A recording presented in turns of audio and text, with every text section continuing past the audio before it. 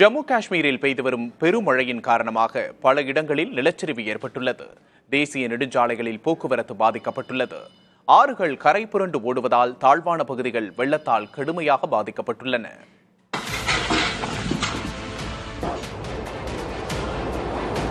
ஜம்மு காஷ்மீரில் பெய்து வரும் பெருமழையின் காரணமாக ஆறுகளில் வெள்ளப்பெருக்கு ஏற்பட்டுள்ளது.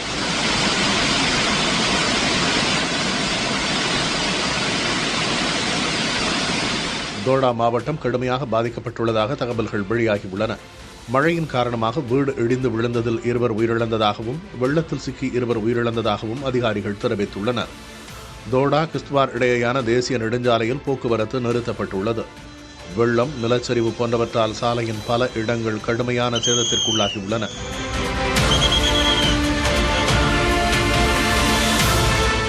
வைஷ்ணோ தேவி கோவிலுக்கு யாத்திரை செல்லும் வழியில் ஏற்பட்ட நிலச்சரிவில் சிக்கி 5 பேர் உயிரிழந்த நிலையில் 10க்கும் மேற்பட்டோர் படுகாயமடைந்தனர்.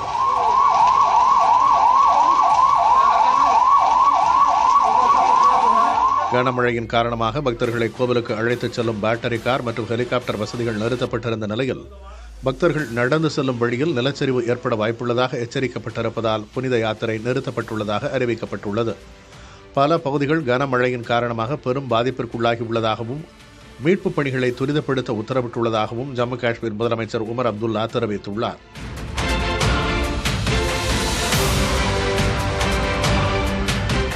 கனமழையின் காரணமாக தாவி மற்றும் ரவி ஆறுகளில் நீர் அபாய அளவை தாண்டி பாய்கிறது.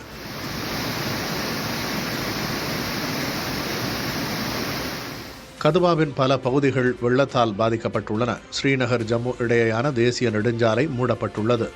அதிகம் பாதிக்கப்பட்டுள்ள பகுதிகளில் தேசிய பேரிடர் மீட்பு மற்றும் துணை ராணுவப் படையினர் மீட்புப் பணிகளில் ஈடுபட்டுள்ளனர். தொடர்ந்து மழை பெய்ய வாய்ப்புள்ளதாக வானிலை மையம் எச்சரித்துள்ளதால் பொதுமக்கள் பாதுகாப்பாக இருக்க அறிவுறுத்தப்பட்டுள்ளது.